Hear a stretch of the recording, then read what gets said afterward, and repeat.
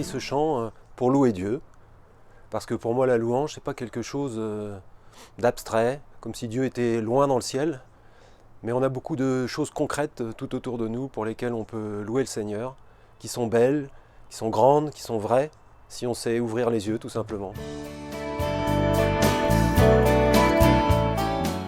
La phrase que j'aime, c'est « Loué sois-tu, Seigneur du ciel et de la terre ». Voilà, c'est tiré de l'évangile de Luc. Les disciples reviennent de mission, ils sont tout contents.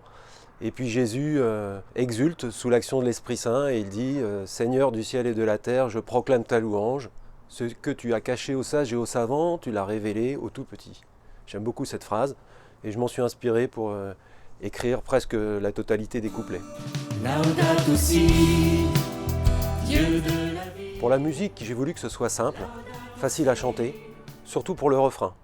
Donc il n'est pas très compliqué, il n'y a que 2 lignes et on peut facilement l'apprendre en l'ayant écouté une fois. Pour les couplets, c'est un petit peu plus compliqué, un peu plus développé, mais je pense que c'est un chant facile à chanter et dans lequel on peut y mettre toute sa louange. Laudato si, Dieu de la vie. Le travail d'équipe, c'est un enrichissement.